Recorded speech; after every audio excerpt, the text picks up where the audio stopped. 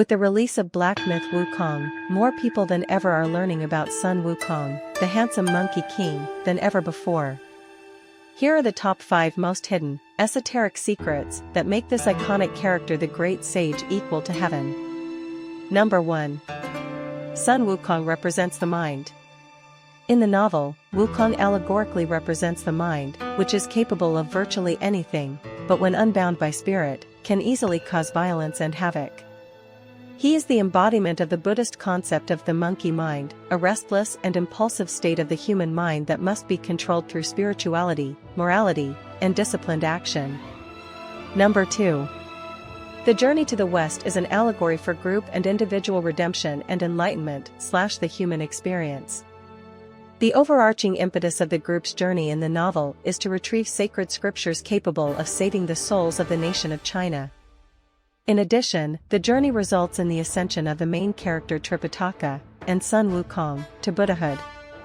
Thus, the salvation of the larger population is intrinsically linked to the redemption and enlightenment of the protagonists. Not only must the group consistently rely upon one another's strengths and keep each other in check, but they also only achieve individual merit and enlightenment because of one another and their service to others. Number 3. Sun Wukong's abilities and immortality primarily stem from cultivating and preserving Jing, literally and metaphorically semen. After becoming a Taoist and cultivating himself for many years, Wukong is eventually taught in secret by his teacher, the patriarch Subhuti. These secret teachings are responsible for his initial immortality, and many of his signature magical abilities. As surprising as it may seem, the very first sentence from the patriarch emphasizes the importance of retaining one's Jing. Jing metaphorically represents one's spiritual essence, a foundational form of their energy that comes from one's parents.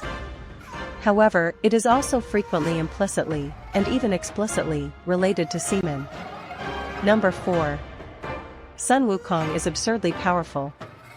Sun Wukong has a multitude of magical abilities, from freezing foes in place, to wielding a size-shifting staff, to flying over 100,000 miles with a casual somersault, to creating duplicates of himself. Most noteworthy of all is his absurd durability and immortality. These include Taoism immortality, transformations that render him immune to the calamities of heaven, removing his name from the ledger of the dead, eating literally thousands of longevity-granting celestial peaches, eating literally dozens, potentially hundreds, of immortality-granting Taoist alchemical pills made by Lao Tzu himself, drinking gallons of immortality-granting heavenly liquor, being refined in Lao Tzu's personal alchemical furnace, eating a different kind of immortality-granting fruit, and finally, attaining Buddhahood, removing him from the cycle of mortality and immortality altogether and literally, and figuratively, becoming one with everything as the victorious fighting Buddha. And finally, number 5. Sun Wukong represents an accomplished, but spiritually and morally immature alchemist, needing seemingly infinite refining. Sun Wukong is incredibly capable, but is equally incorrigible, frequently engaging in reckless violence at the first instance of difficulty.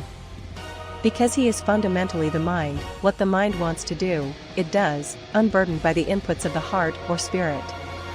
Tripitaka and the spell he uses to restrain the Monkey King represent the strict nature of moral codes and spiritual beliefs, which must encircle and even control the mind when it runs wild or finds moral restrictions frustrating.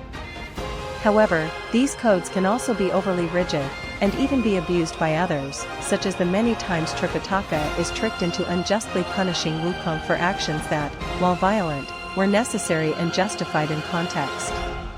This is what it takes to be the Monkey King, great sage, equal to heaven.